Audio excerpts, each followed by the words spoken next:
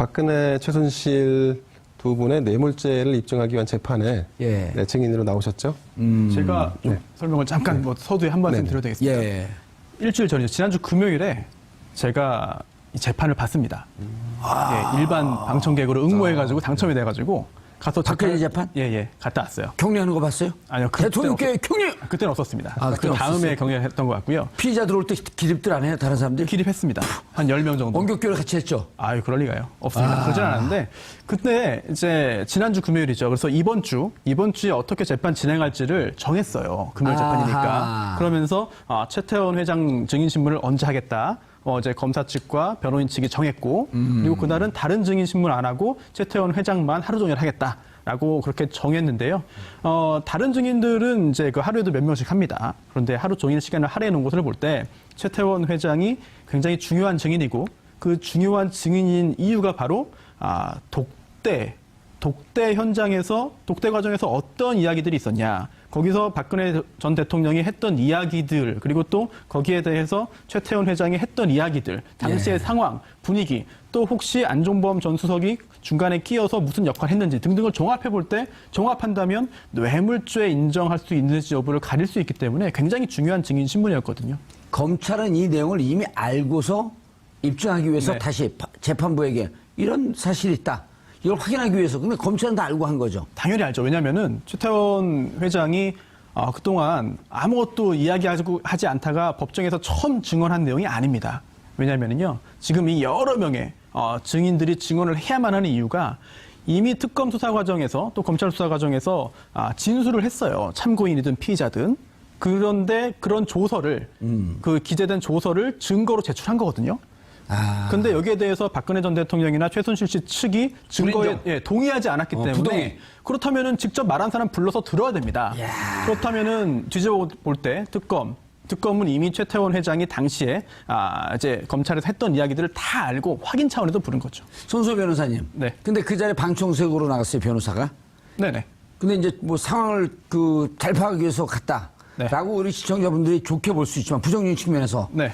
방송을 하기 위해서 변호사가 일반인으로 위장해서 아니, 그게 아니라 제가 너무 궁금하더라고요. 위장이 아니고요. 똑같이 그 응모해가지고 약 5대1의 경쟁률을 뚫고 제가 당첨이 됐습니다. 변호사 그렇게. 바지 안 달고 갔죠? 그때 청바지 입고 갔습니다. 그거 봐요, 약간 위장했네. 아니, 위장이 아니고요. 예. 갔더니 저보고 경찰이냐고 그러시더라고요. 의외로. 네. 그래요? 예. 어디서 많이 본 것 같은데 어디서 봤는지 몰라서. 예. 경찰이냐, 뭐 이렇게 기자냐 이런 얘기를 좀 들었습니다.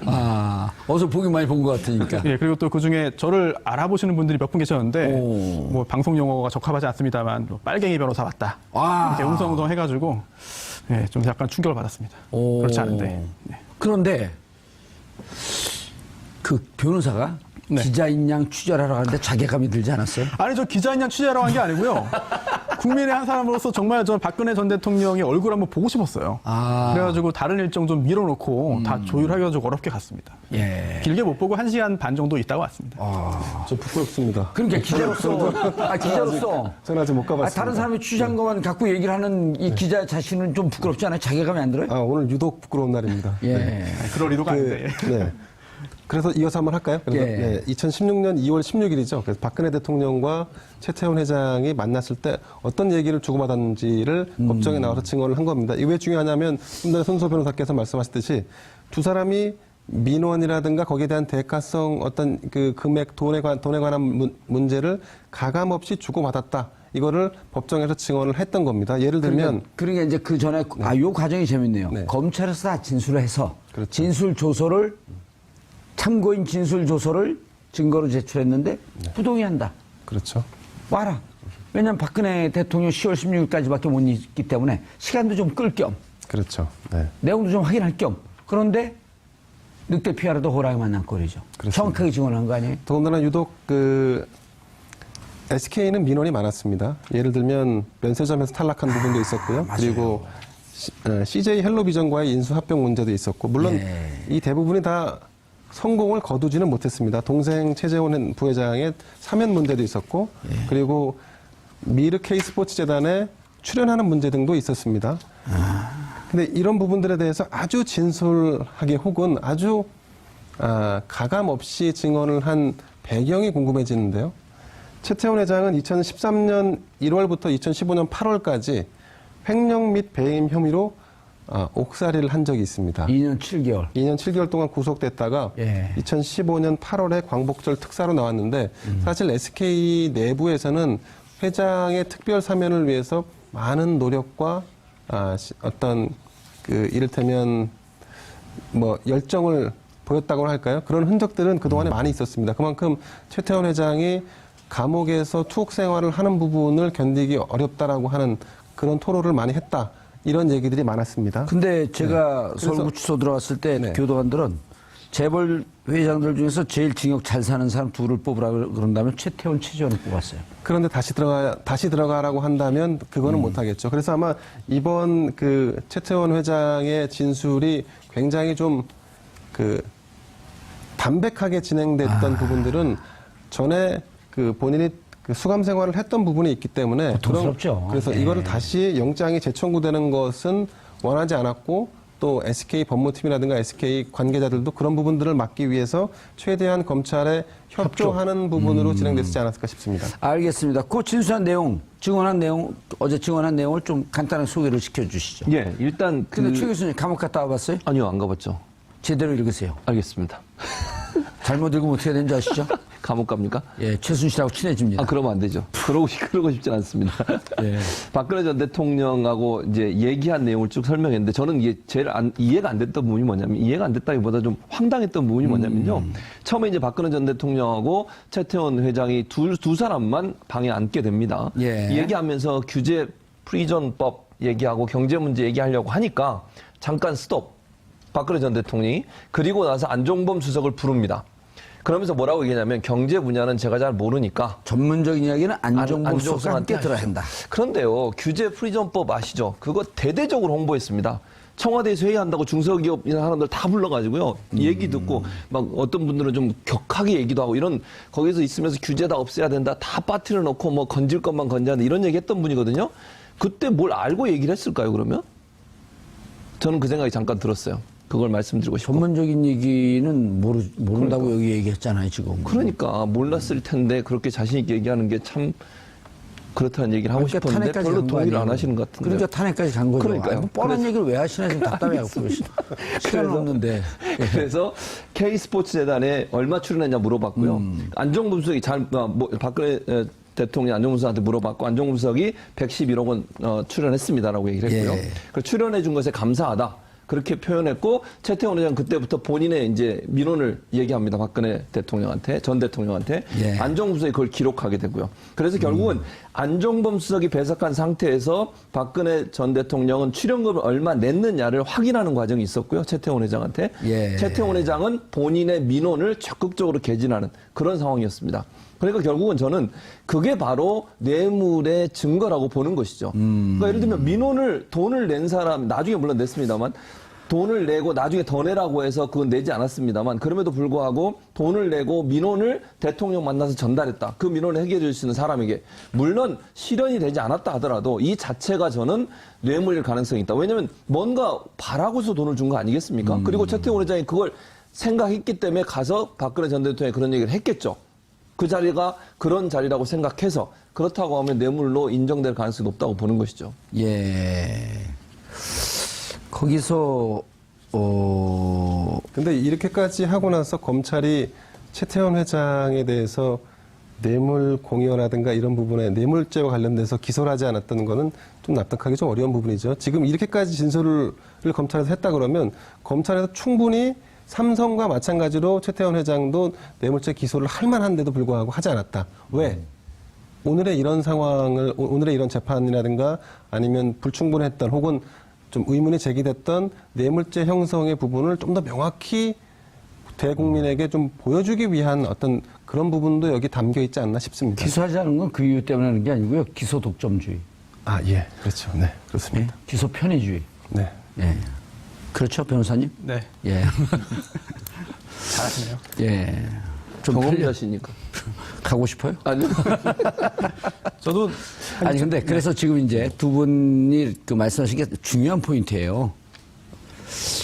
이렇게 내가 부탁을 했다. 부탁을 했는데, 부탁을 하고 돈을 줬는데 왜 뇌물을 구속 안 했지? 이건 변호사님밖에 설명이 안 돼요. 네. 일단 지금 정 의원님 말씀하신 대로 검사가 기소 안 하면 사실은 뭐 누구도 원칙적으로는 예. 이제 뭐 처벌할 수 없는 거죠. 재판으로 안 가니까 원칙적으로는. 그런데 그걸 좀 법률적으로 좀 따져보자면은 이게 뇌물을 준다. 뇌물 공여잖아요. 예. 뇌물 공여하면 실제로 뇌물을 주면 처벌받습니다. 기소했겠죠. 예. 그런데 이제 실제로 주지 않더라도 약속을 해도 처벌받습니다. 아하. 그리고 또 이제 공여의 의사를 표시해도 처벌받습니다. 그런데 엄밀히 볼 때 상식적으로 딱 상황을 보면은 뭔가 부탁을 하고 요청을 한 것 같은데 그에 대해서 한꺼풀 더 이제 깊게 들어가자면은 그래서 정말 뇌물을 주기로 약속을 한 건가? 거기에 대한 뚜렷한 증거가 없다고 봤을 수도 있죠. 아니요, 111억은 그 삼성 네. 같은 경우는 미르케이 스포츠 재단 같은 경우는 삼성도 그걸 뇌물로 받잖아요. 네네. 독일 비덱 스포츠에 한 78억 그 8천인가요? 뭐 그것뿐만 아니라 미르하고 K 스포츠 재단에 출연한 것도 뇌물로 받거든요. 그러니까 삼성과 SK, 제가 뭐 SK 입장을 대변하는 것처럼 보여서 좀 약간 그렇습니다만 굳이 한번 약간 검찰에 그렇긴 해요. 전혀 그런 거 아니고요. 굳이 검찰이 어떤 그 법리를 준비해 놨을까 한번 좀 생각을 해보자면 삼성 같은 경우에는 대가성이 충분히 증명이 된다라고 생각을 했을 테고 반면 SK 같은 경우에는 뭐 사면이나 기타 여러 가지 사업상의 이득이 상상은 되지만 예. 그걸 직접적으로 증거로 증명할 수 없다. 차이점이 삼성과 SK는 있다라고 예. 봤을 것 같은데 글쎄요 여기에 대해서 뭐 쉽게 납득하기는 납득하지 못하시는 예. 분들 많으시 계실 것 같습니다. 그러면 여기 지금 최태원 회장이 와서 증언을 했어요. 그리고 박근혜 대통령한테 이렇게 부탁을 했고 또 89억 더 내라 그러니까 결국 그건 안 냈는데 그럼 최태원 회장 증언을 통해서 검찰이 끌어내려고 했던 결론은 뭐가 되나요? 박근혜 이게 이렇습니다. 뇌물을 공여한 사람이랑 예. 뇌물을 받았다는 사람이랑 둘 다 처벌받는 경우가 대부분이죠. 예. 그런데 뇌물은요 실제로 못 받았다고 해도 또 준 사람이 없다고 해도 달라고 요구만 해도 그 요구한 사람을 처벌할 수가 있습니다. 따라서 최태원 회장이 반드시 처벌받아야만 박근혜 전 대통령과 최순실 씨가 반드시 받을 수 있는 것이 아니고요. 최태원은 안 받더라도 박근혜, 네. 최순실은 받을 수 있다. 그렇습니다. 뇌물을 달라고 예. 요구했을 경우에도 이제 그 처벌되니까 예. 네, 이런 경우에는 법리적으로 그렇게 구성을 한 것으로 예를 들어서 제가 이 자리에서 손소 네. 변호사님 방송 자주 출연하기 위해서 저한테 1억 내놓으세요. 그럼 뇌물죄가 되는 거예요? 그냥 그 순간에? 일단 그 의원님께서 공무원이나 중재인이 아니기 때문에 뇌물죄는 안 되죠. 난 투표권도 없는데 네. 용서해 주세요. 언론은 하지만 아니고 만약 언론인도 공무원이 아니면 뇌물죄는 안 어딜 되고요. 누구 돈 내려고 언론이라고 성격도 뭐 배임 수재가 될 수 있겠습니다만. 네, 예를 그렇게 들어- 근데 공무원이면 자 네. 감옥 가고 싶지 않으면 1억 내놓으세요. 네. 이게 뇌물이 그래 요구한 거니까요. 그냥 무섭네. 요구한 거니까. 그거 알았어요? 예, 알고 있었습니다. 근데 이게 더 중요한 것은 예. 그 삼성과 박근혜 대통령은 공이 검찰의 기소 내용을 다 부인하고 있습니다. 삼성 같은 경우는 강요에 의한 부분 그렇죠. 정도만 내용이 인정을 하는 아니고. 거죠. 예. 근데 이게 이제 독대의 정황, 재벌과 권력 최고 책임자가 둘이 안가에서 독대를 했는데 삼성과 박 대통령이 나눈 대화들은 대부분 다 부정을 했는데 예. 실제로 다른 기업들을 비교해 보니까 이런 식의 주고받고 민원이 오가고 금액이 어떻게 오갔는지를 다 체크하고 하는 것을 보여주면서 동시에 삼성과 비교되는 부분들, 삼성과 박근혜 이 양측의 이 부인하고 있는 그러니까 현재 정황. 상황과 정황과 아주 극명하게 대비시켜 주는 거죠.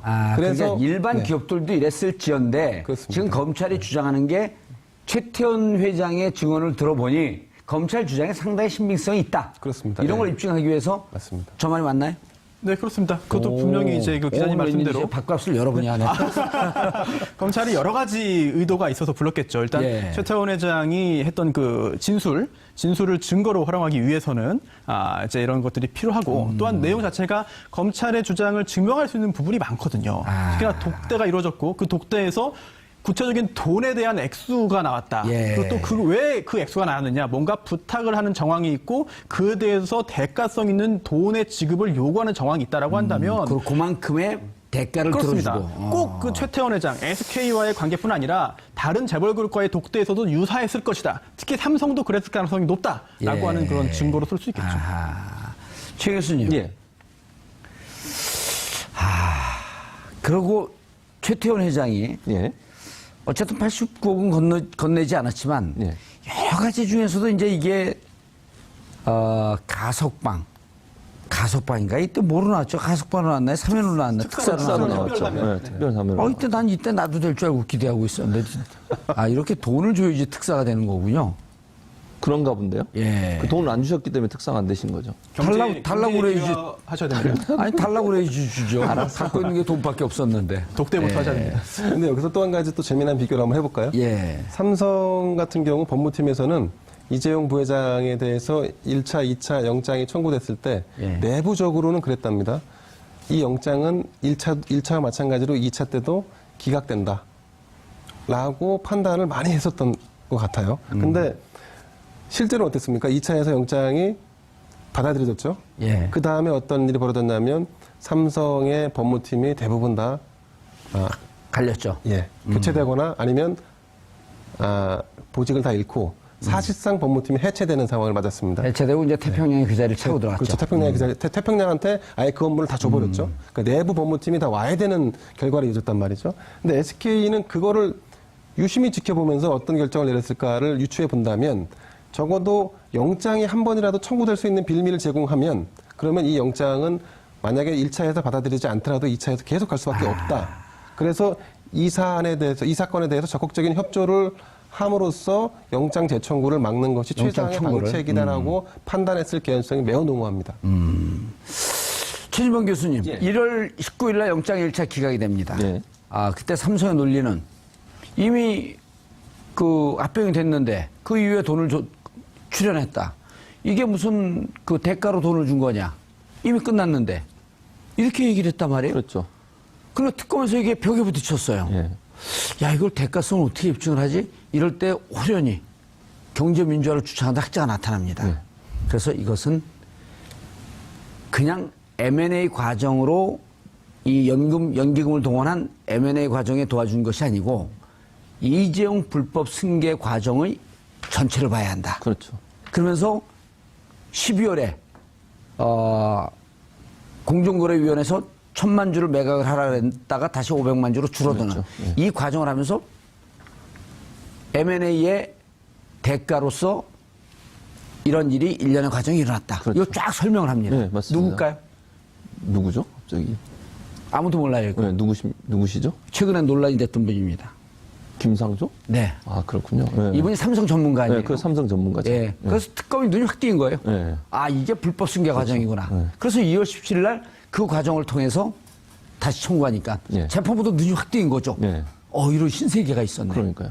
그러니까 전체적으로 보면 큰 그림을 봐야 되는 거잖아요. 예. 이 지금 말씀하신 것처럼 이게 뇌물이 적용이 되려면 결국 삼성의 그 승계 과정 전체를 들여다볼 수 있는 눈이 필요했을 그렇죠. 텐데. 그냥 M&A 과정이 아닌 거예요. 그렇죠. 네. 전체, 그러니까 삼성 이재용이 어떤 형태로 회사를 다 승계하는 과정이 전체 그림으로 봐야 될 텐데 검찰은 그걸 못 보고 있었죠. 왜냐하면 경제 전문가가 아니기 때문에 그런 거고 김상주 교수 같은 경우는 경제 전문가니까. 그렇죠. 그리고 삼성에 대해서 계속 추적하고 조사하고 이런 일들을 했던 분 아니겠습니까? 그렇다고 하면 전체 그림을 볼 수 있는 큰 그림에서 봤고 큰 도움이 된 거죠. 그렇죠. 예. 특검에 가서도 증언도 하시고 증언이라보다 이제 의견을 얘기하신 거죠, 결국은. 예. 그러면서 전체를 파악할 수 있는 길을 열어준 거죠. 예. 그렇게 해서 결국은 삼성이 그럼 이재용이가 이런 형태로 이러이러한 방법을 통해서 박근혜 전 대통령과 딜을 하고 결국 박근혜 전 대통령이 삼성의 승계 과정을 도와주는 역할에 깊숙이 개입해 있었기 때문에 이거는 뇌물로서 인정할 수밖에 없다라고 하는 증거를 찾아낸 거죠. 예, 알겠습니다. 그런데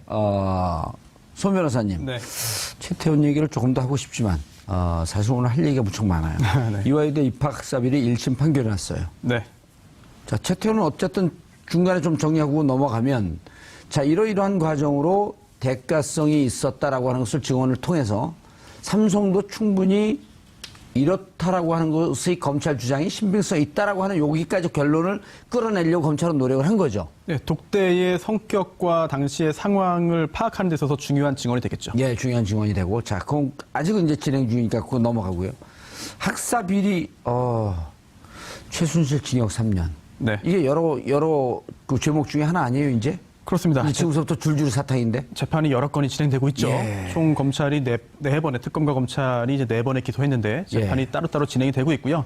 가장 먼저 재판이 진행됐던 이번에 그 2대 학사 비리와 학사 특혜 의혹 관련된 사건에서 최순실 씨에게 징역 3년형이 선고됐습니다. 예. 확정은 아닌데요. 하지만 그 구형은 검사가 7년 특검이 했었죠. 7년 했어요. 예. 지금 7년 구형했는데 실제 선고는 3년 지금 나왔습니다.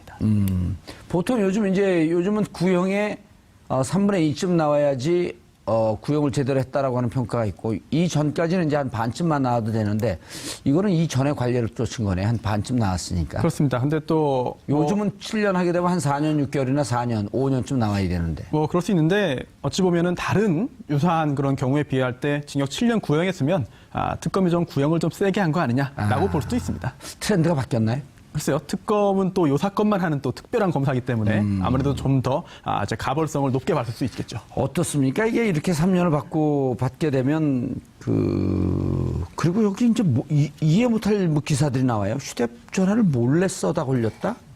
그러니까 최순실이 예. 휴대전화를 법정에서, 그러니까 그 누구죠? 변호사 휴대전화를 가져다가 본인이 검색을 한 거예요.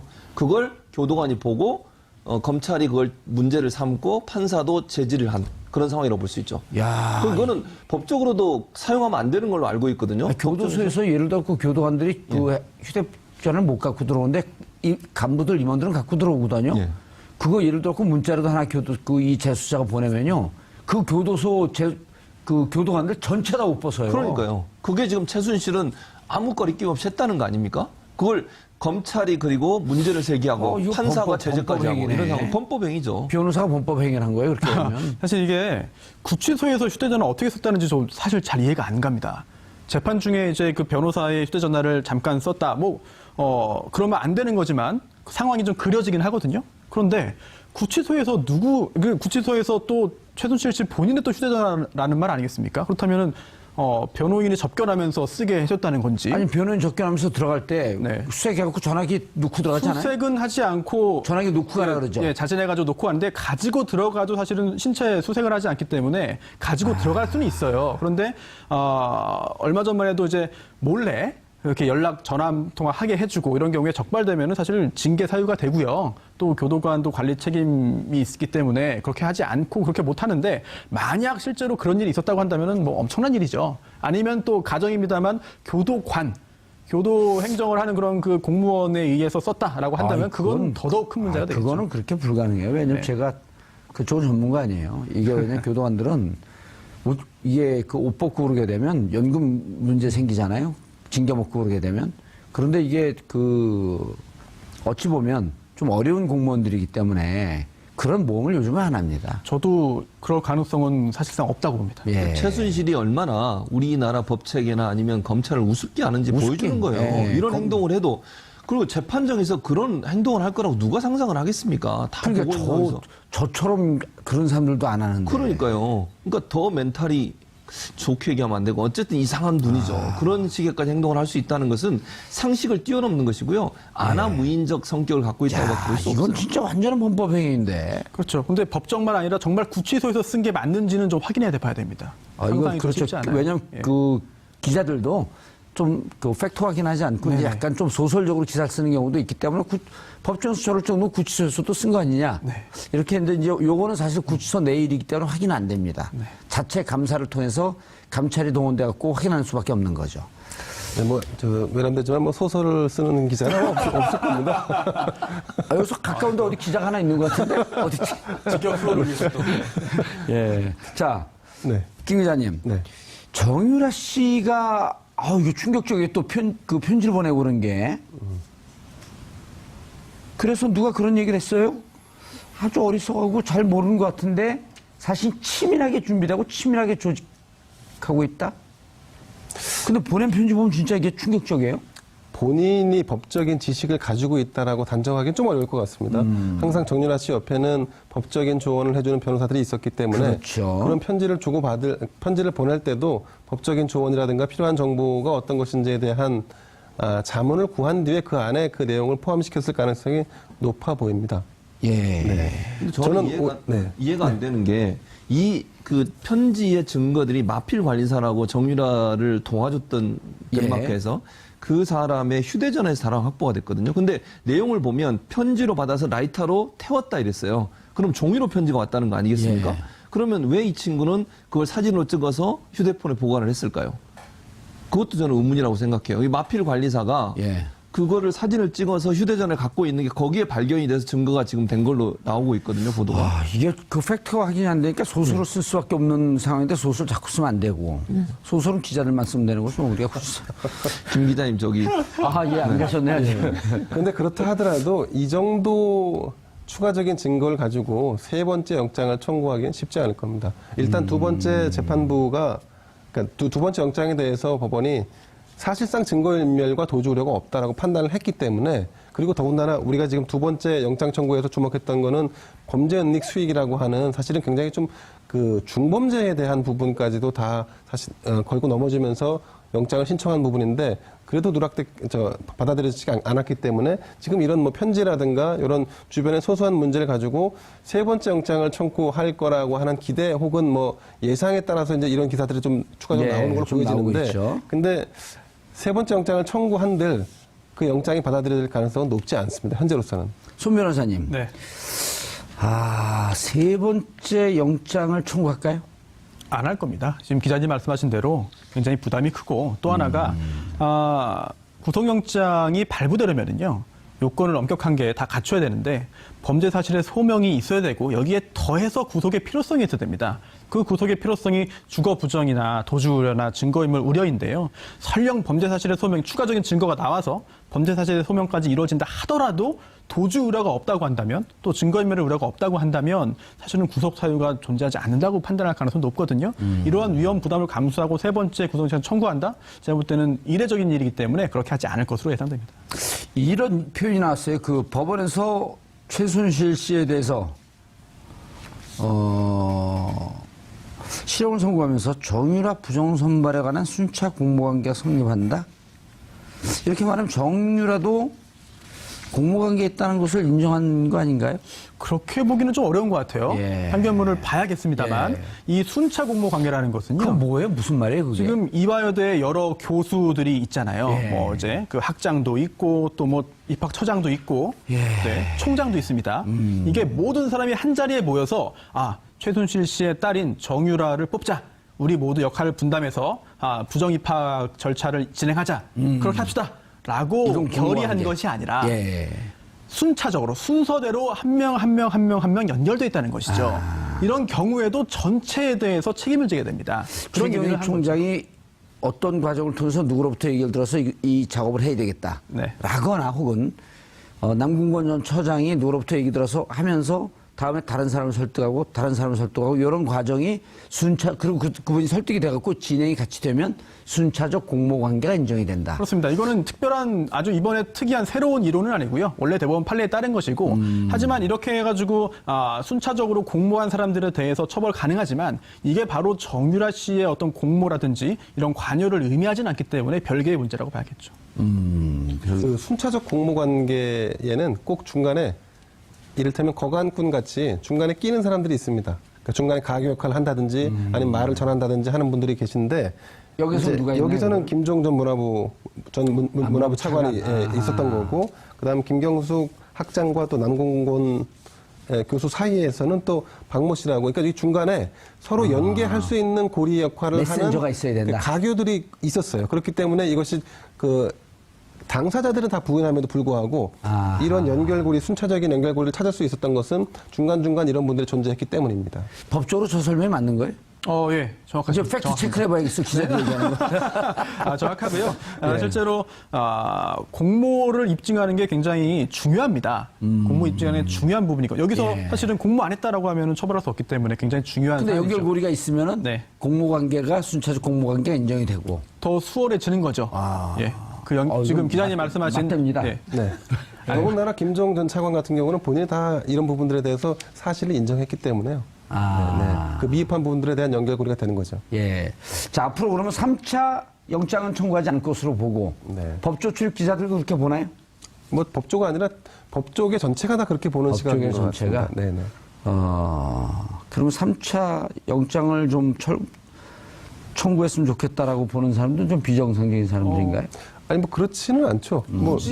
굳이 가능성을 한번 상정해 보자면 요거 예. 유사한 사례를 제가 한번 겪은 적이 있는데 실제로 유사한 사례. 아하, 그런 거 재밌어요. 예, 묘하게 예. 아주 정말 운도 따르고 뭐 주변에 도움도 있고 해가지고 예. 잘 구속영장이 기각됐습니다. 예, 몇 차례 걸쳐서. 2번. 아하. 한 번이군요. 예. 예. 한 번인데 한 번, 기각됐는데 그 다음에 재청구를 하지 못하는 상황으로 흘러갔어요. 그런데 갑자기 새로운 증거가 나타나고 예. 여기에 더해서 겁을 먹은 나머지 도주를 합니다. 연락을 끊습니다. 도주라기보다는 전화를 안 받습니다. 꺼놨습니다.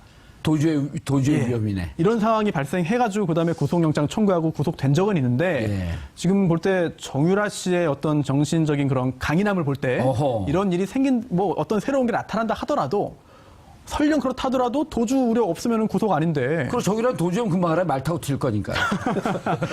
그렇기 때문에 아마 예. 세 번째 영장 청구하는 사태까지는 그런 상황까지는 발생하지 않을 것으로 보입니다. 그냥 재판 진행될 네. 것이다.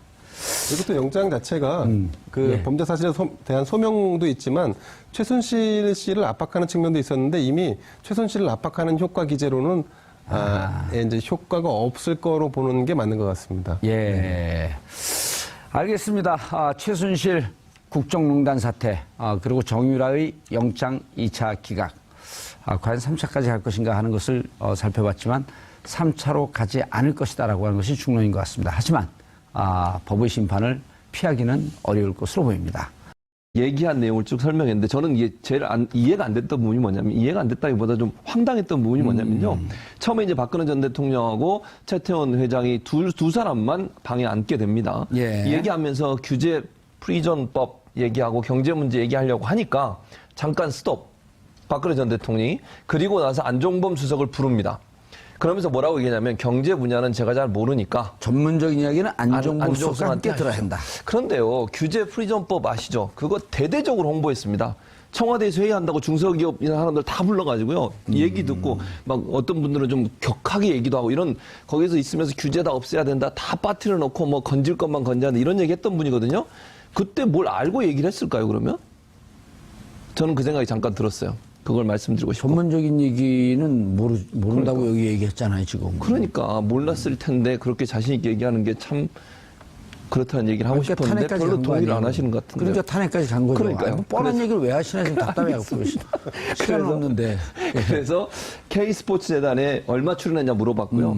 안종범 수석이 박근혜 대통령 안종범 수석한테 물어봤고 안종범 수석이 111억 원 출연했습니다라고 얘기를 했고요. 예. 그 출연해 준 것에 감사하다. 그렇게 표현했고 최태원 회장 그때부터 본인의 이제 민원을 얘기합니다. 박근혜 대통령한테 전 대통령한테 예. 안종범 수석이 그걸 기록하게 되고요. 그래서 결국은 안종범 수석이 배석한 상태에서 박근혜 전 대통령은 출연금을 얼마 냈느냐를 확인하는 과정이 있었고요. 최태원 회장한테. 예. 최태원 회장은 본인의 민원을 적극적으로 개진하는 그런 상황이었습니다. 그러니까 결국은 저는 그게 바로 뇌물의 증거라고 보는 것이죠. 그러니까 예를 들면 민원을 돈을 낸 사람 나중에 물론 냈습니다만 돈을 내고 나중에 더 내라고 해서 그건 내지 않았습니다만 그럼에도 불구하고 돈을 내고 민원을 대통령 만나서 전달했다. 그 민원을 해결해 줄 수 있는 사람에게 물론 실현이 되지 않았다 하더라도 이 자체가 저는 뇌물일 가능성이 있다. 왜냐하면 뭔가 바라고서 돈을 준 거 아니겠습니까? 그리고 최태원 회장이 그걸 생각했기 때문에 가서 박근혜 전 대통령이 그런 얘기를 했겠죠. 그 자리가 그런 자리라고 생각해서 그렇다. 늑대 피하려도 호랑이 만난 꼴이죠. 정확하게 증언한 거 아니에요? 더군다나 유독 SK는 민원이 많았습니다. 예를 들면 면세점에서 탈락한 부분도 있었고요. 그리고 CJ 헬로비전과의 인수 합병 문제도 있었고 물론 이 대부분이 다 성공을 거두지는 못했습니다. 동생 최재원 부회장의 사면 문제도 있었고 그리고 미르 K스포츠 재단에 출연하는 문제 등도 있었습니다. 근데 이런 부분들에 대해서 아주 진솔하게 혹은 아주 가감 없이 증언을 한 배경이 궁금해지는데요. 최태원 회장은 2013년 1월부터 2015년 8월까지 횡령 및 배임 혐의로 옥살이를 한 적이 있습니다. 2년 7개월. 2년 7개월 동안 구속됐다가 2015년 8월에 광복절 특사로 나왔는데 사실 SK 내부에서는 회장의 특별 사면을 위해서 많은 노력과 어떤 이를테면 뭐 열정을 보였다고 할까요? 그런 흔적들은 그동안에 많이 있었습니다. 그만큼 최태원 회장이 감옥에서 투옥 생활을 하는 부분을 견디기 어렵다라고 하는 그런 토로를 많이 했다. 이런 얘기들이 많았습니다. 근데 제가 서울구치소 들어갔을 때 네. 교도관들은 재벌 회장들 중에서 제일 징역 잘 사는 사람 둘을 뽑으라 그런다면 최태원, 최재원을 뽑았어요. 그런데 다시 들어가라고 한다면 그거는 못하겠죠. 그래서 아마 이번 그 최태원 회장의 진술이 굉장히 좀 그 담백하게 진행됐던 부분들은 전에 그 본인이 그 수감 생활을 했던 부분이 있기 때문에 고통스럽죠. 그래서 네. 이거를 다시 영장이 재청구되는 것은 원하지 않았고 또 SK 법무팀이라든가 SK 관계자들도 그런 부분들을 막기 위해서 최대한 검찰에 협조하는 부분으로 진행됐지 않았을까 싶습니다. 알겠습니다. 그 진술한 내용, 증언한 내용, 어제 증언한 내용을 좀 간단하게 소개를 시켜주시죠. 예, 일단 근데 최 교수님 감옥 갔다 와봤어요? 아니요, 안 가봤죠. 제대로 읽으세요. 알겠습니다. 잘못 읽으면 어떻게 되는지 아시죠? 감옥 갑니까? 예, 최순실하고 친해집니다. 아, 그러면 안 되죠. 그러고 싶진 않습니다. 예. 박근혜 전 대통령하고 이제 박근혜, 최순실 두 분의 뇌물죄를 입증하기 위한 재판에 예. 네, 증인으로 나오셨죠. 제가 좀 설명을 잠깐 뭐 서두에 한 말씀 네. 드려도 되겠습니까? 예. 일주일 전이죠. 지난주 금요일에 제가 이 재판을 봤습니다. 예, 일반 방청객으로 응모해가지고 당첨이 돼가지고 가서 박근혜 재판? 예예 갔다 왔어요. 격리하는 거 봤어요? 아니요, 대통령께 격리! 그때는 없었습니다. 아, 그 그때는 다음에 없었어요? 경영했던 것 같고요. 피의자 들어올 때 기립들 안 해요? 다른 사람들이? 기립했습니다.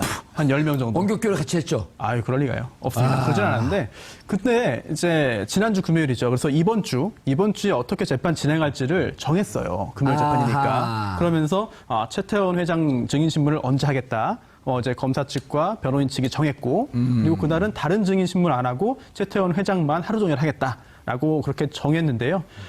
다른 증인들은 이제 그 하루에도 몇 명씩 합니다. 그런데 하루 종일 시간을 할애해 놓은 것을 볼 때 최태원 회장이 굉장히 중요한 증인이고 그 중요한 증인인 이유가 바로 독대 현장에서 독대 과정에서 어떤 이야기들이 있었냐. 거기서 박근혜 전 대통령이 했던 이야기들 그리고 또 거기에 대해서 최태원 회장이 했던 이야기들 당시의 상황, 분위기 또 혹시 안종범 전 수석이 중간에 끼어서 무슨 역할을 했는지 등등을 종합해 볼 때 종합한다면 뇌물죄 인정할 수 있는지 여부를 가릴 수 있기 때문에 굉장히 중요한 증인 신문이었거든요. 검찰은 이 내용을 이미 알고서 입증하기 위해서 네. 다시 재판부에게 이런 사실이 있다. 이걸 확인하기 위해서. 근데 검찰은 다 알고 한 거죠. 당연히 알죠. 왜냐하면은 최태원 회장이 그동안 아무것도 이야기하지 않다가 법정에서 처음 증언한 내용이 아닙니다. 왜냐하면요, 지금 이 여러 명의 증인들이 증언을 해야만 하는 이유가 이미 특검 수사 과정에서 또 검찰 수사 과정에서 진술을 했어요. 참고인이든 피의자든. 그런데 그런 조서를 그 기재된 조서를 증거로 제출한 거거든요. 근데 여기에 대해서 박근혜 전 대통령이나 최순실 씨 측이 증거에 동의하지 않았기 때문에 부동의. 그렇다면은 직접 말한 사람 불러서 들어야 됩니다. 그렇다면은 뒤집어 볼 때 특검은 이미 최태원 회장이 당시에 이제 검찰에서 했던 이야기들을 다 알고 확인 차원에서 부른 거죠. 손소 변호사님. 네. 근데 그 자리에 방청석으로 나갔어요, 변호사가. 네네. 근데 이제 뭐 상황을 잘 파악하기 위해서 갔다. 네. 라고 우리 시청자분들이 좋게 볼 수 있지만 부정적인 측면에서 네. 방송을 하기 위해서 변호사가 일반인으로 위장해서 아니, 그게 아니라 제가 너무 궁금하더라고요. 위장이 아니고요. 똑같이 그 응모해가지고 약 5대1의 경쟁률을 뚫고 예. 제가 당첨이 됐습니다. 변호사 그렇게. 바지 안 달고 갔죠. 그때 청바지 입고 갔습니다. 그거 봐요, 약간 위장했네. 아니, 위장이 아니고요. 예. 갔더니 저보고 경찰이냐고 그러시더라고요. 의외로. 네. 그래요? 예. 어디서 많이 본 것 같은데 어디서 봤는지 몰라서 예. 경찰이냐 뭐 이렇게 기자냐 이런 얘기를 좀 들었습니다. 어서 보기 많이 본 것 같으니까. 예, 그리고 또 그중에 저를 알아보시는 분들이 몇 분 계셨는데 오. 뭐 방송 용어가 적합하지 않습니다만 뭐 빨갱이 변호사 맞다. 이렇게 웅성웅성 해가지고 예, 좀 약간 충격을 받았습니다. 오. 그렇지 않은데. 네. 그런데 그 변호사가 네. 기자인 양 취재하러 가는데 자괴감이 들지 않았어요? 아니, 저 기자인 양 취재하러 간 게 아니고요. 국민의 한 사람으로서 정말 저 박근혜 전 대통령의 얼굴 한번 보고 싶었어요.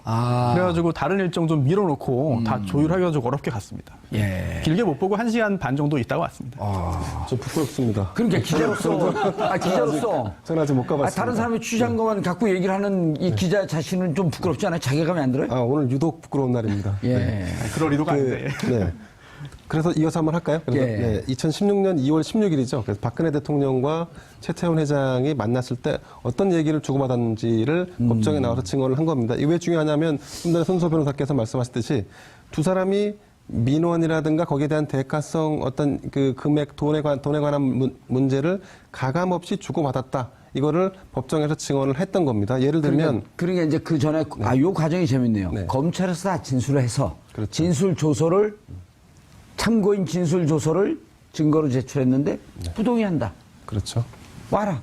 왜냐하면 박근혜 대통령 10월 16일까지밖에 못 있기 때문에 시간도 좀 끌 겸 그렇죠. 네. 내용도 좀 확인할 겸 그런데 하고 하면 뇌물로 인정될 가능성이 높다고 보는 것이죠. 예 거기서 근데 이렇게까지 하고 나서 검찰이 최태원 회장에 대해서 뇌물 공여라든가 이런 부분에 뇌물죄와 관련돼서 기소를 하지 않았다는 거는 좀 납득하기 좀 어려운 부분이죠. 지금 이렇게까지 진술을 검찰에서 했다 그러면 검찰에서 충분히 삼성과 마찬가지로 최태원 회장도 뇌물죄 기소를 할 만한데도 불구하고 하지 않았다. 왜?